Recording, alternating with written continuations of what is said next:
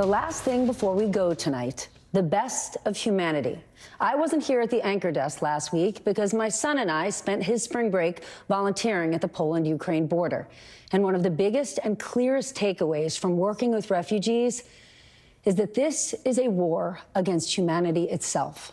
Mothers and children, senior citizens forced from their homes and their country to places where they don't speak the language, where they don't have any contacts, and they don't have a plan. You are going to see a lot more coverage on the plight of these refugees and the devastation of this war in the days and weeks ahead.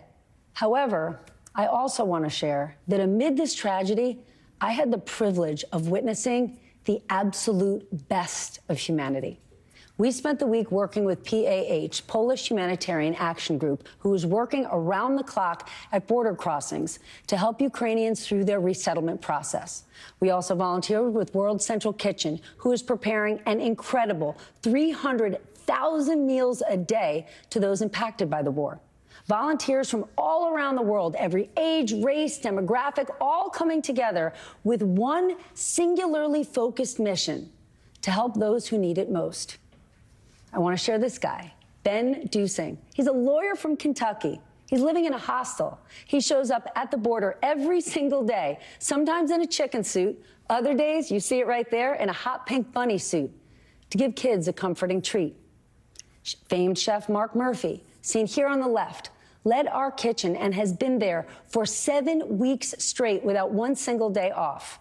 A French volunteer named Fabien, seen here in maroon on the left, he left the group, headed home to France just for the weekend, one reason: to vote for Macron. Now he's headed back to Poland. Alex Denislenko.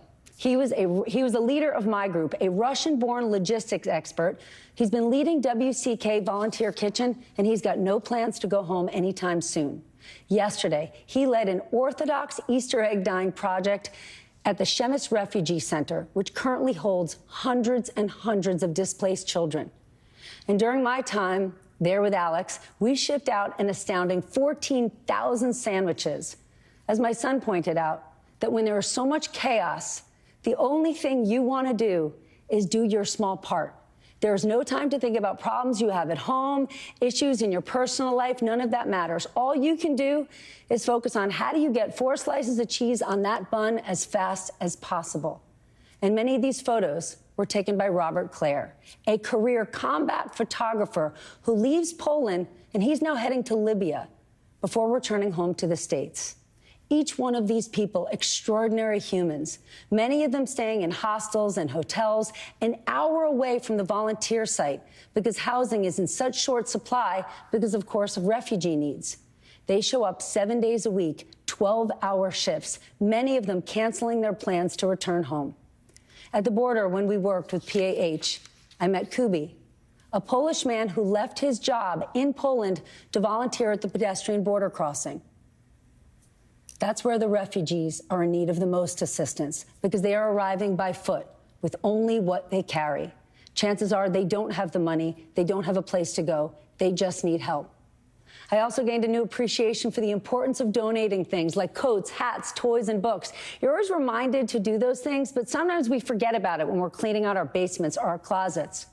Well, I can tell you, when a bus comes across the border with a 5-year-old that has been traveling for days, the only thing on earth you want to do is dig through that donation bin and find the perfect stuffed animal or maybe a fire truck.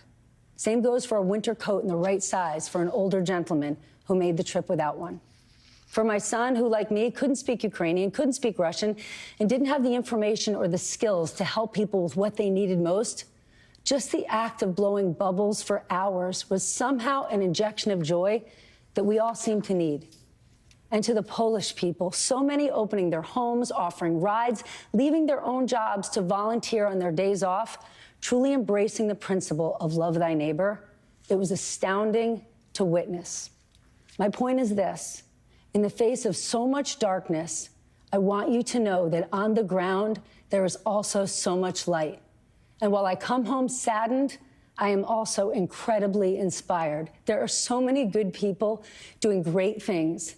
And tonight, I want to honor them. We're going to talk a lot more about this war and the extremely difficult days ahead. But tonight, I leave you with this message, that there is light, and it is being led by service organizations, governments, and volunteers like you and me.